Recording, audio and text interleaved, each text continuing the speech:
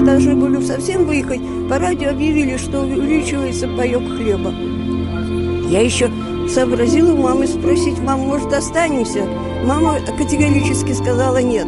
Уже потом, став взрослыми, мы узнали, что ее врачи предупредили: если вы сейчас не выйдете, у вас последняя степень дистрофии, вы можете оставить детей сиротами. Таким вот образом мы 12-13 марта нас вывезли по Ладожскому льду на другую сторону Ладожского озера.